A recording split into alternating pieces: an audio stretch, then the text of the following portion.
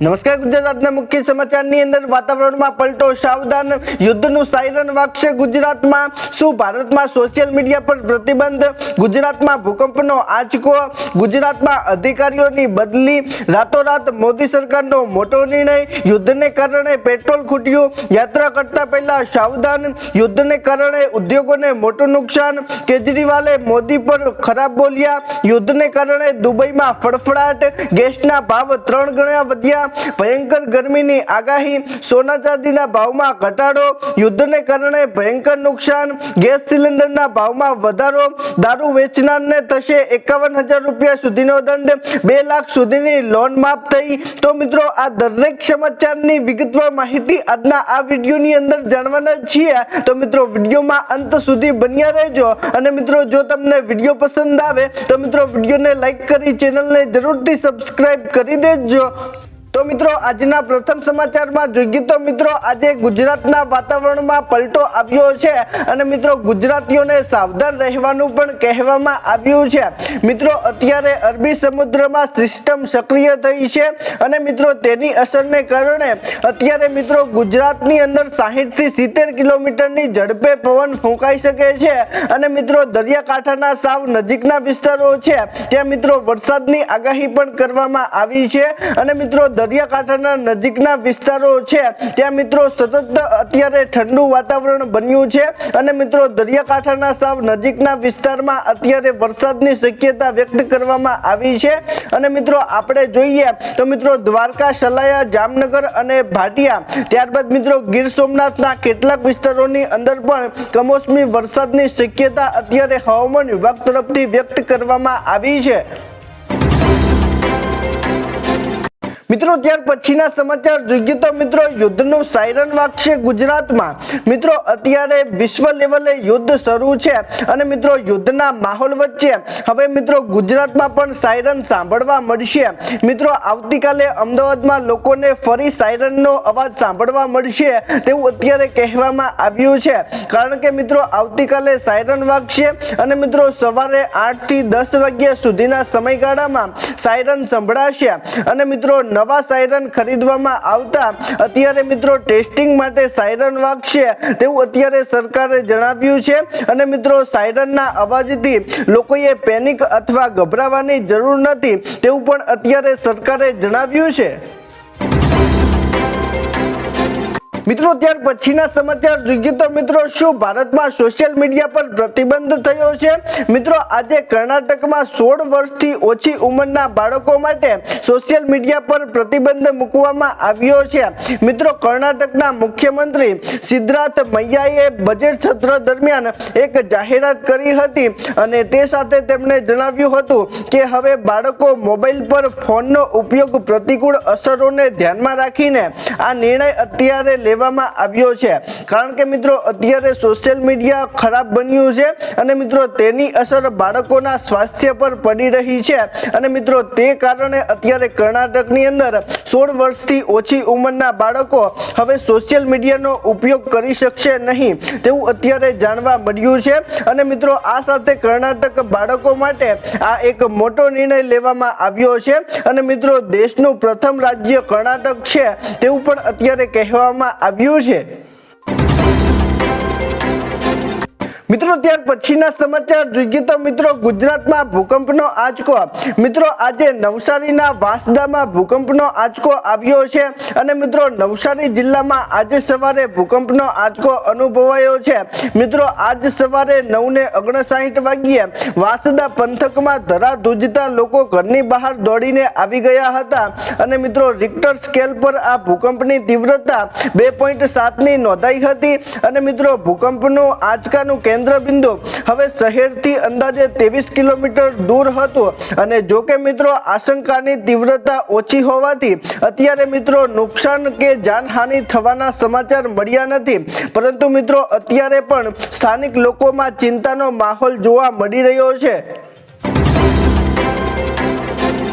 મિત્રો ત્યાર પછીના સમાચાર જોઈએ તો મિત્રો ગુજરાતમાં અધિકારીઓની બદલી મિત્રો આજે ગુજરાતની અંદર ગૃહ વિભાગે 37 આઈપીએસ અધિકારીની બદલીના સામૂહિક આદેશો જારી કર્યા છે।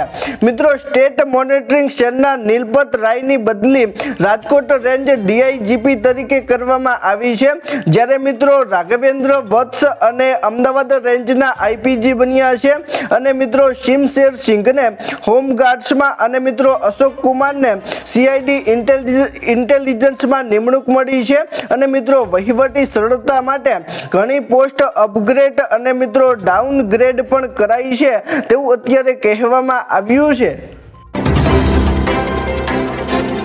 મિત્રો ત્યાર પછીના સમાચાર જોઈએ તો મિત્રો રાતોરાત મોદી સરકારનો મોટો નિર્ણય। મિત્રો આજે રાતોરાત સરકારે મોટો નિર્ણય લીધો છે। મિત્રો કેન્દ્ર સરકારે રાતોરાત મોટા ફેરફારો કરતા આજે મિત્રો 7 રાજ્યો અને 2 કેન્દ્ર શાસિત પ્રદેશોના રાજ્યપાલ બદલ્યા છે। મિત્રો વિનય કુમાર સેક્શનના લદ્દાખ અને મિત્રો તરણજીતસિંહ સિંધુ દિલ્હીના એલજી બન્યા છે અને મિત્રો શિવ પ્રતાપ શુક્લાને તેલંગાણા રાજ્યપાલ અને જીષ્ણુ દેવ વર્માને મહારાષ્ટ્ર, નંદકિશોર યાદવને નાગાલેન્ડ, સૈયદ હેસનેન બિહાર અને મિત્રો કવિંદર ગુપ્તાને હિમાચલ અને મિત્રો RN રવિને પશ્ચિમ બંગાળ તેમજ મિત્રો રાજેન્દ્ર અલંકરને તમિલનાડુના રાજ્યપાલ અત્યારે બનાવવામાં આવ્યા છે।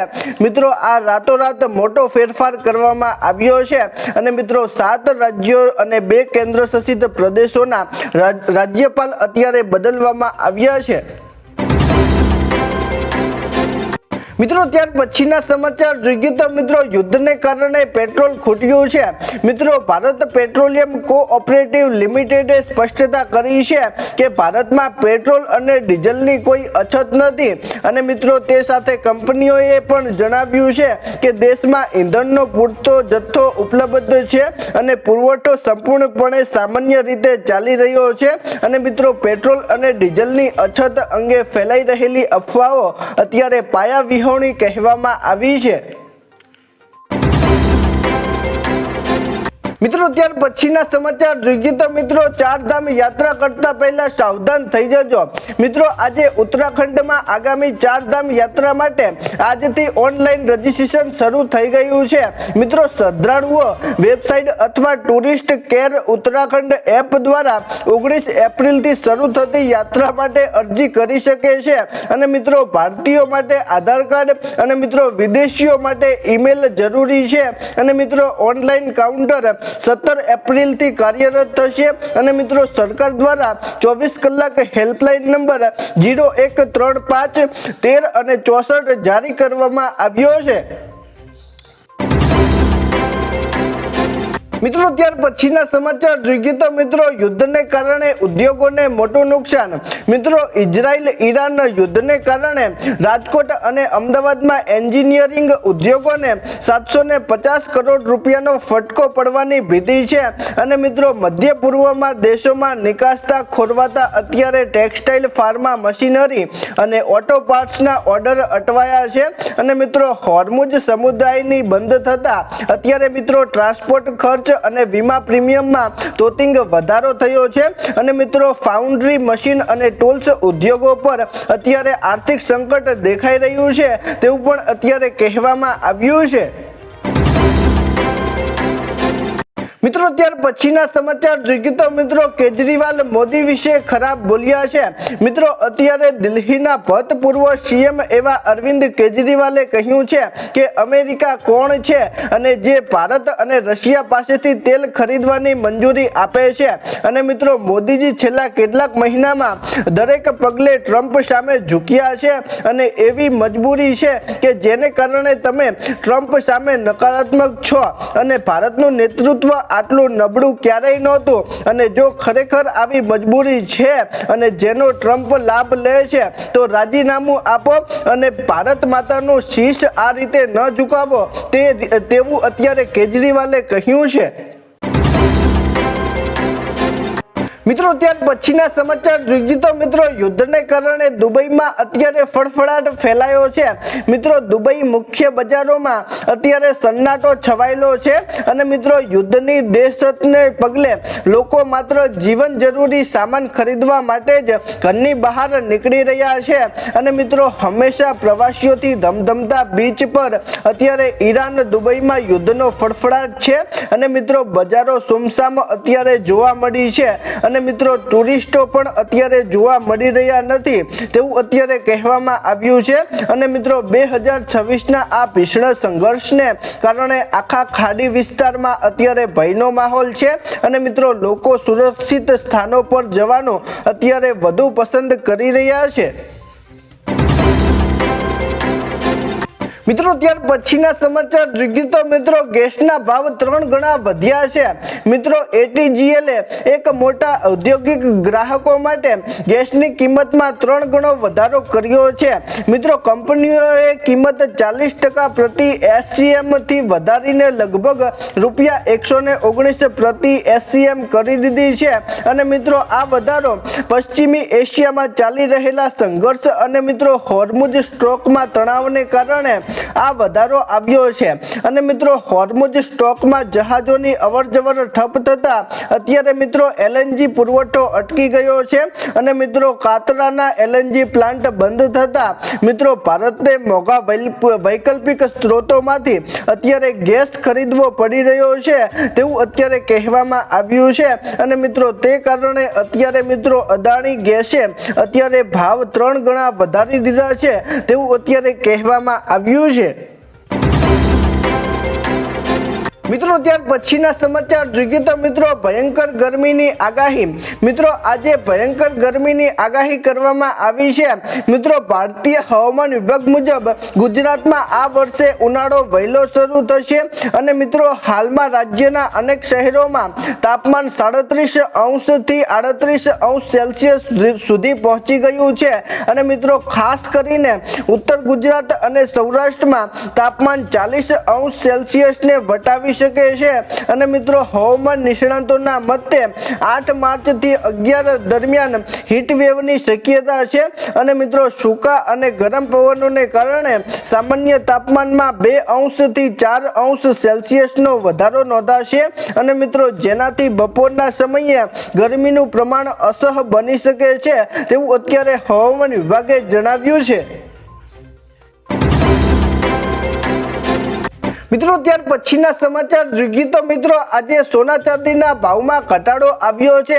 મિત્રો આજે સોના અને ચાંદીના ભાવમાં સતત ત્રીજા દિવસે ઘટાડો નોંધાયો છે।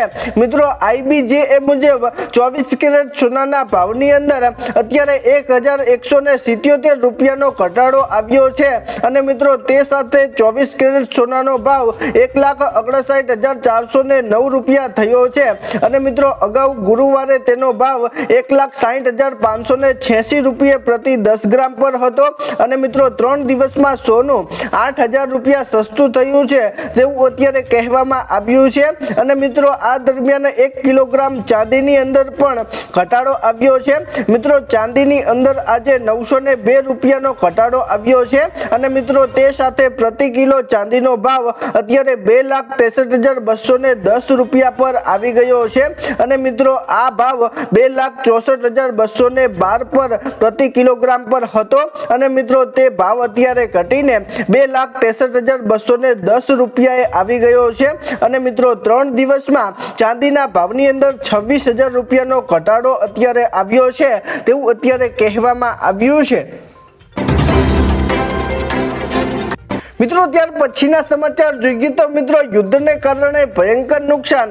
મિત્રો US ઇઝરાયલ હુમલામાં અત્યાર સુધીમાં ઈરાનમાં 1230 લોકોએ પોતાના જીવ ગુમાવ્યા છે અને મિત્રો કુલ 1300 જેટલા હુમલાઓ નોંધાયા છે અને મિત્રો આ ભીષણ જંગમાં 14 હોસ્પિટલોને પણ નિશાન બનાવવામાં આવતા આરોગ્ય સેવાઓ પણ અત્યારે ખોરવાઈ છે અને મિત્રો ઇઝરાયલી સેનાએ ઈરાનના 300 મિસાઇલ લોન્ચનો નાશ કર્યો કર્યો છે અને મિત્રો બીજી તરફ ટ્રમ્પે ખામેનના પુત્રની માન્યતાને આપવાનો ઇનકાર કર્યો છે અને જ્યારે મિત્રો ઈરાને કુવૈત અને યુએઈ સ્થિત 20 અમેરિકી બેઝને નુકસાન પહોંચાડવાનો દાવો પણ કર્યો છે તેવું અત્યારે કહેવામાં આવ્યું છે।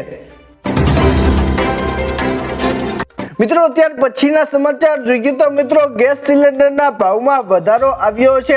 મિત્રો આજે ગેસ સિલિન્ડરના ભાવમાં તોતિંગ વધારો આવ્યો છે।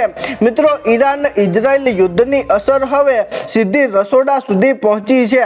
મિત્રો કેન્દ્ર સરકારે ઘરગથ્થુ ગેસ સિલિન્ડરના ભાવમાં ₹60 નો વધારો કર્યો છે અને મિત્રો જેનાથી દિલ્હીમાં 14.2 કિલોગ્રામના સિલિન્ડરની કિંમત ₹913 થઈ ગઈ છે અને મિત્રો આ સાથે કોમર્શિયલ સિલિન્ડરમાં પણ ₹115 નો વધારો આવ્યો છે અને મિત્રો માર્ચ 2026 થી લાગુ થનારા આ નવા ભાવ વધારા પાછળનું મુખ્ય કારણ અત્યારે પૂર્વમાં વધતા તણાવ અને ગેસ સપ્લાયની અછતને જવાબદાર માનવામાં આવી રહી છે તેવું અત્યારે કહેવામાં આવ્યું છે। મિત્રો ત્યાર પછીના સમાચાર જોઈએ તો મિત્રો ગુજરાતમાં દારૂ વેચનારને થશે ₹51,000 નો દંડ। મિત્રો આજે દિયોદરના બોડા ગામે દારૂબંધીને લઈ ગ્રામજનોએ એક કડક નિર્ણય લીધો છે। મિત્રો ઠાકોર સમાજના યુવાનો અને સમસ્ત ગ્રામજનોએ બેઠક યોજીને નક્કી કર્યું છે કે હવેથી ગામમાં દારૂ પીનારને ₹5,100 નો દંડ થશે અને દારૂ વેચનારને ₹51,000 નો દંડ ફટકારવામાં આવશે અને મિત્રો આ અંગે ગ્રામજનોએ દિયોદર પોલીસ મથકના પીઆઈને મળીને આ કડક કાર્યવાહીની માંગ કરી છે અને મિત્રો યુવાનોને વ્યસન મુક્ત કરવા અને ગામમાં શાંતિ જાળવવા માટે આ એક મોટો નિર્ણય લેવામાં આવ્યો છે। મિત્રો ત્યાર પછીના સમાચાર જોઈએ તો મિત્રો ₹2 લાખ સુધીની લોન માફ થઈ છે। મિત્રો આજે ખેડૂતોની 2 લાખ સુધીની લોન માફ કરવામાં આવી છે। મિત્રો મહારાષ્ટ્રના મુખ્યમંત્રી એવા દેવેન્દ્ર ફડણવીસે 2026 અને 27ના બજેટમાં ખેડૂતોને લઈ એક મહત્વપૂર્ણ ભેટ ખેડૂતોને આપી છે। મિત્રો સરકારે ખેડૂતો માટે લોન માફીની જાહેરાત કરી છે અને મિત્રો લોન માફી યોજના હેઠળ ખેડૂતને ₹2 લાખ સુધીની લોન માફ કરવામાં આવી છે અને મિત્રો 30 સપ્ટેમ્બર 2025 સુધી જેટલા પણ ખેડૂતોની લોન છે તે બધી જ લોન ખેડૂતોની માફ કરવામાં આવી છે અને મિત્રો જે ખેડૂતો નિયમિતપણે લોન ચૂકવે છે તેમને સરકાર તરફથી ₹5 લાખનું પ્રોત્સાહન પણ મળશે તેવું પણ અત્યારે કહેવામાં આવ્યું છે। તો મિત્રો અત્યારે મહારાષ્ટ્રની અંદર ખેડૂતોની ₹2 લાખ સુધીની લોન માફ કરવામાં આવી છે। તો મિત્રો શું હવે 2026 અને 27ના બજેટમાં ગુજરાતના ખેડૂતોની પણ લોન માફી કરવામાં આવશે? મિત્રો તમને શું લાગે છે નીચે કોમેન્ટ કરીને જણાવજો અને મિત્રો આ વિડીયોને બને તેટલો શેર કરજો તેથી મિત્રો આ વિડીયોને જોઈને સરકાર કોઈ કાર્યવાહી કરી શકે। તો મિત્રો આ હતા આજના મુખ્ય સમાચાર। તો મિત્રો જો તમને આજનો વિડીયો પસંદ આવ્યો હોય તો મિત્રો વિડીયોને લાઈક કરી ચેનલને જરૂરથી સબસ્ક્રાઇબ કરી દેજો। તો મિત્રો ચાલો મળીશું એક નવા વિડીયો સાથે, ત્યાં સુધી અમને રજા આપજો। ધન્યવાદ।